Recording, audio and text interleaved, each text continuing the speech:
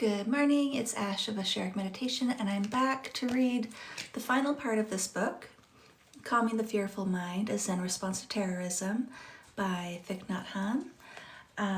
We're on the second appendix, so it's going to be a nice short section. After we're done reading this one today, you can go to my YouTube, Asheric Meditation, ASHERIC, and you can listen to the entire book. All right, we're just going to jump right into it. Practices for peace. In this book, I recommend various practices for people wondering how to respond to terrorism and the fear that they live with every day. Below, I have listed these key practices as well as some suggestions on how to practice them in a variety of settings and situations. Walking meditation. The mind can go in 1,000 directions, but on this beautiful path I walk in peace. With each step, a gentle wind blows. With each step, a flower blooms. Walking meditation is meditation while walking. We walk slowly in a relaxed way, keeping a light smile on our lips. When we practice this way, we feel deeply at ease, and our steps are those of the most secure person on earth. Walking meditation is really to enjoy the walking not in order to arrive, just for walking, to be in the present moment and to enjoy each step. Therefore, you have to shake off all worries and anxieties, not thinking of the future, not thinking of the past, just enjoying the present moment. Anyone can do it. It takes only a little time, a little mindfulness, and the wish to be happy. We walk all the time, but usually it is more like running. Our hurried steps print anxiety and sorrow on the earth. If we can take one step in peace, we can take 2, 3, 4, and then 5 steps for the peace and happiness of humankind. Our mind darts from one thing to another, like a monkey swinging from branch to branch without stopping to rest. Thoughts have millions of pathways, and we are forever pulled along by them into the world of forgetfulness. We can transform our walking path into a field for meditation. Our feet will take every step in full awareness. Our breathing will be in harmony with our steps, and our mind will naturally be at ease. Every step we take will reinforce our peace and joy and cause a stream of calm energy to flow through us. Then we can say, with each step, a gentle wind blows. While walking, practice conscious breathing by counting steps. Notice each breath and the number of steps it takes as you breathe in and as you breathe out. If you take 3 steps during an in-breath, silent say 1, 2, 3, or in. One word with each step. As you breathe out, if you take 3 steps, say out, out, out.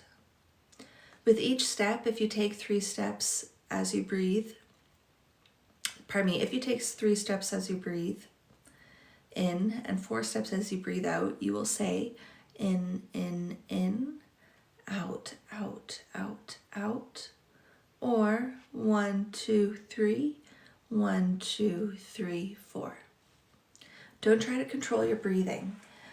Allow your lungs as much time and air as they need, and simply notice how many steps it takes as your lungs fill up and how many you take as they empty, mindful of both your breath and your steps. The key is mindfulness. When you walk uphill or downhill, the number of steps per breath will change. Always follow the needs of your lungs. Do not try to control your breathing or your walking. Just observe them deeply. When you begin to practice, your exhalation may be longer than your inhalation.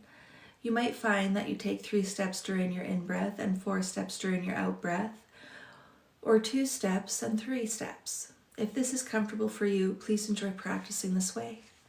After you have been doing walking meditation for some time, your in-breath and your out-breath will probably become equal, 3 and 3, or 2 and 2, or 4 and 4. If you see something along the way that you want to touch it with your mindfulness, the blue sky, the hills, the tree, or the birds, just stop. But while you do, continue breathing mindfully. You can keep the object of your contemplation alive by means of mindful breathing. If you don't breathe consciously, sooner or later your thinking will settle back in, and the bird or the tree will disappear. Always stay with your breathing. When you walk, you might like to take the hand of a child. She will receive your concentration and stability, and you will receive her freshness and innocence. From time to time, she may want to run ahead and then wait for you to catch up. A child is a bell of mindfulness, reminding us how wonderful life is. At Plum Village, I teach the young people a simple verse to practice while walking. Yes, yes, yes, as they breathe in, and thanks, thanks, thanks, as they breathe out. I want them to respond to life, to society, and to the earth in a positive way. They enjoy it very much. After you have been practicing for a few days, try adding one more step to your exhalation. For example, if your normal breathing is 2 and 2, without walking any faster, lengthen your exhalation and practice 2-3 for 4 or 5 times. Then go back to 2 and 2. In normal breathing, we will never expel all the air from our lungs. There is always some left. By adding another step to your exhalation, you will push out more of this stale air. Don't overdo it. 4 or 5 times are enough. More can make you tired. After breathing this way 4 or 5 times, let your breath return to normal. Then 5 or 10 minutes later, you can repeat the process. Remember to add a step to the exhalation, not the inhalation. After practicing for a few or more days, your lungs might say to you, if we could do 3 and 3 instead of 2, 3, that would be wonderful. If the message is clear, try it, but even then, only do 4 or 5 times. Then go back to 2 and 2. In 5 or 10 minutes, begin 2, 3, and then do 3, 3 again. After several months, your lungs will be healthier and your blood will circulate better. Your way of breathing will have been transformed. When we practice walking meditation, we arrive in each moment. When we enter the present moment deeply, our regrets and sorrows disappear, and we discover life with all its wonders. Breathing in, we say to ourselves, I have arrived. Breathing out, we say, I am home. When we do this, we overcome dispersions and dwell peacefully in the present moment, which is the only moment for us to be alive. You can also practice walking meditation using the lines of a poem. In Zen Buddhism, poetry and practice always go together. I have arrived. I am home. In the here, in the now. I am solid. I am free. In the ultimate, I dwell. As you walk, be fully aware of your foot, the ground, and the connection between them, which is your conscious breathing. People say that walking on water is a miracle, but to me, walking peacefully on the earth is the real miracle. The earth is a miracle. Each step is a miracle. Taking steps on our breathing planet, on our beautiful planet, can bring real happiness. Pardon me, one moment.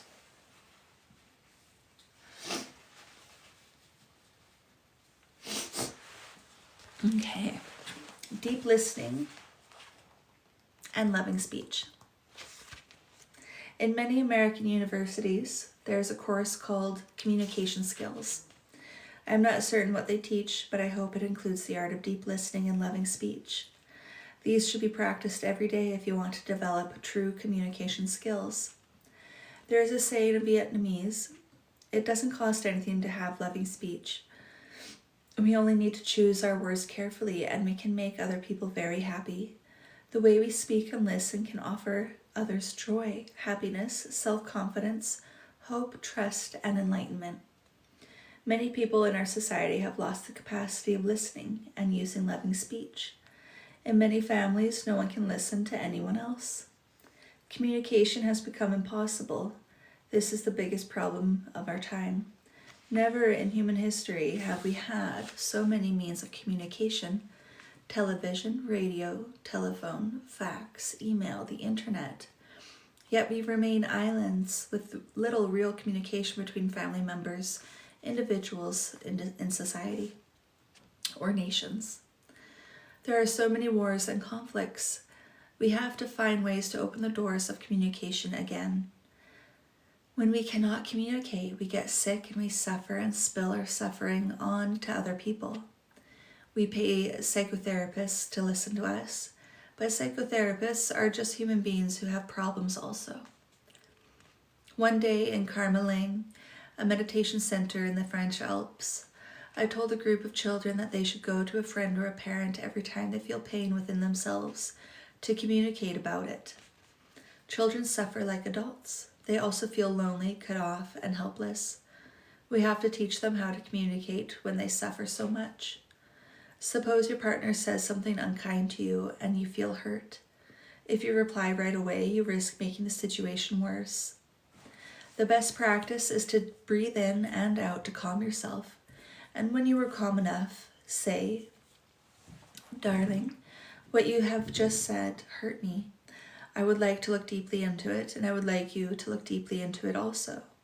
Then you can make an appointment for Friday evening or look at it together. One person looking at the roots of your suffering is good. 2 people looking at them is better, and 2 people looking together is best. I propose Friday evening for 2 reasons. First, you are still hurt, and if you begin discussing it right away, it may be too risky. You might say things that will make the situation worse. From now until Friday evening, you can practice looking deeply into the nature of your suffering, and the other person can also.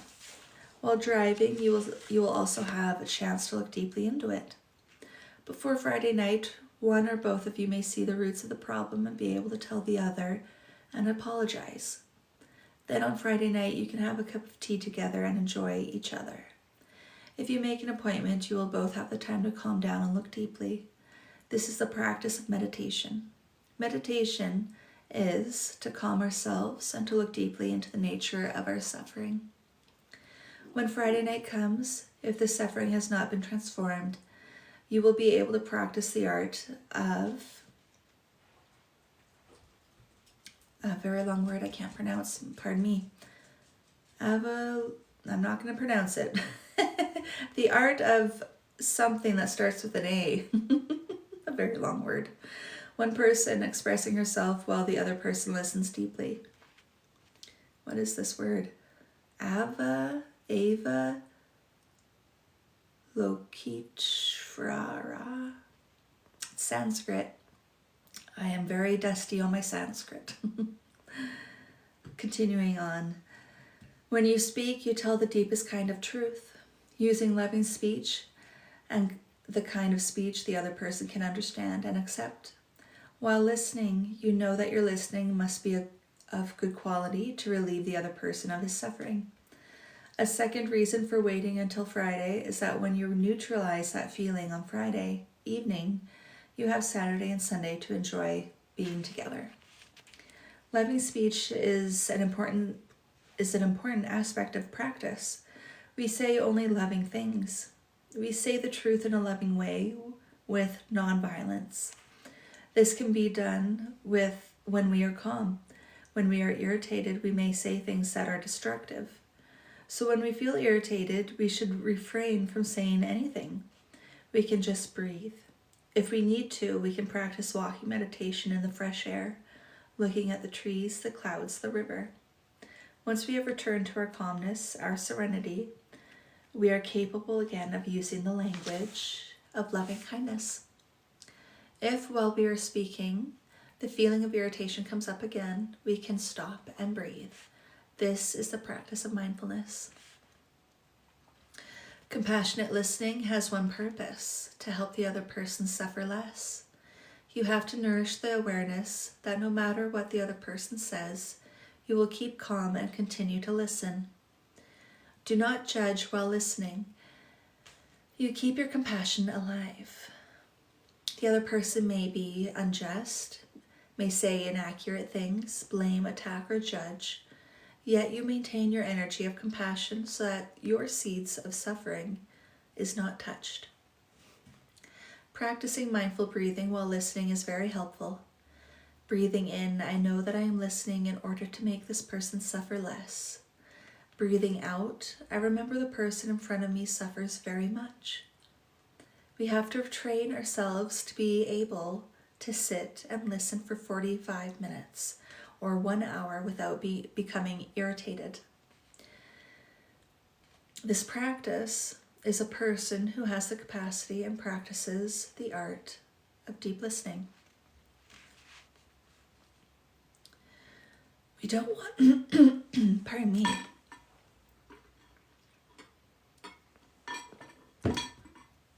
If you're just dropping in, tuning in right now, we are reading Calming the Fearful Mind, A Zen Response to Terrorism by Thich, Nhat, Hanh. We don't want our seeds of suffering to be watered while we are listening. This is why we have to practice. The amount of time we spend practicing mindful walking, breathing, and sitting is important. We have to help ourselves before we can help anyone else. The first time we try compassionate listening, we may realize that our limit is only 15 minutes. After that point, we may feel too weak to continue. Then we have to say, darling, shall we continue later? Now I need to do some walking meditation. We have to renew ourselves before continuing. It is important to know our limit. If we don't know our limit, we will fail in our attempt to help other people. I have attended meetings where a person whom no one had listened to was unable to talk. We had to practice mindful breathing for a long time. We sat attentively, and he tried again and again until he finally could tell us of his pain. Patience is the mark of true love. If you truly love someone, you will be more patient with him or her. The practice of a bodhisattva is to listen very deeply to every kind of sound, including the sound of pain from within and from without. Listening to the bell, the wind, the water, the insects, and all living beings is part of our practice. When we know how to listen deeply and how to breathe deeply in mindfulness, everything else becomes clear and deep. Beginning anew. At Plum Village, we practice the ceremony of beginning anew every week. Everyone sits in a circle with a vase of fresh flowers in the center, and we follow our breathing as we wait for the facilitator to begin. The ceremony has 3 parts: flower watering, expressing regrets, and expressing hurts and difficulties. This practice can prevent feelings of hurt from building up over the weeks. This practice can prevent feelings of hurt from building up over the weeks and helps make the situation safe for everyone in the community. We begin with flower watering. When someone is ready to speak, she joins her palms and the others join their palms to show that she has the right to speak. Then she stands, walks slowly to the flowers, takes the vase in her hands, and returns to her seat. When she speaks, her words reflect the freshness and beauty of the flower that is in her hand. During flower watering, each speaker acknowledges the wholesome, wonderful qualities of the others. It is not flattery. We always speak the truth. Everyone has some strong points that can be seen with awareness. No one can interrupt the person holding the flower. She is allowed as much time as she needs, and everyone else practices deep listening. When she has finished speaking, she stands up and slowly returns to the vase to the center of the room. We should not underestimate the first step of flower watering. When we can sincerely recognize the beautiful qualities of other people, it is very difficult to hold on to our feelings of anger and resentment. We will naturally soften, and our perspective will become wider and more inclusive of the whole reality. When we are no longer caught in the misperceptions, irritation, and judgment, we can easily find the way to reconcile ourselves with others in our community or family. The essence of this practice is to restore love and understanding between members of the community. The form that the practice takes needs to be appropriate to the situation and people involved. It is always helpful to consult with others who have more experience in the practice and have gone through similar difficulties in order to benefit from their experience. In the second part of the ceremony, we express regrets for anything we have done to hurt others. It does not take more than one thoughtless phrase to hurt someone. The ceremony of beginning anew is an opportunity for us to recall some regret from earlier in the week and undo it. In the third part of the ceremony, we express ways in which others have hurt us. Loving speech is crucial. We want to heal the community, not harm it. We speak frankly, but we do not want to be destructive. Listening meditation is an important part of the practice. When we sit among a circle of friends who are all practicing deep listening, our speech becomes more beautiful and more constructive. We never blame or argue. In the final part of the ceremony, compassionate listening is crucial. We listen to others' hurt and difficulties with the willingness to relieve the suffering of the other person, not to judge or argue with her. We listen with all our attention. Even if we hear something that is not true, we continue to listen deeply so that the other person can express her pain and release the tensions within herself. If we reply to her or correct her, the practice will not bear fruit. We just listen. If we need to tell the other person that her perception was not correct, we can do that in a few days later, privately and calmly. Then at the next beginning a new session, she may be the person who rectifies the error, and we will not have to say anything. We close the ceremony with a song, or by holding hands with everyone in a circle and breathing for a minute. Sometimes we end with hugging meditation. That was the last part of Calming the Fearful Mind, a Zen response to terrorism by Thich, Nhat, Hanh. If you want to listen to this book in its entirety, you can find it all 7 parts on my YouTube. My name over there is Asheric Meditation, Asheric. You can see that in the name of my handle up here. Our next book that we're going to read is called Good Citizens, Creating an Enlightened Society, also by Thich Nhat Hanh. And there is 3 other hours on my YouTube of No Mud, No Lotus, The Art of Transforming Suffering. Again, the same author, Thich Nhat Hanh. There's going to be 4 books of his that we read together. The last one is going to be The Art of Communicating by Thich Nhat Hanh. You will hear me refer to him as my friend Tai. All right, guys, that's all I've got for you today. Thank you so much for tuning in and for listening to Calming the Fearful Mind with me. This is a fantastic book. I read it every year. All 4 of these books I read every year. Nice, quick reads.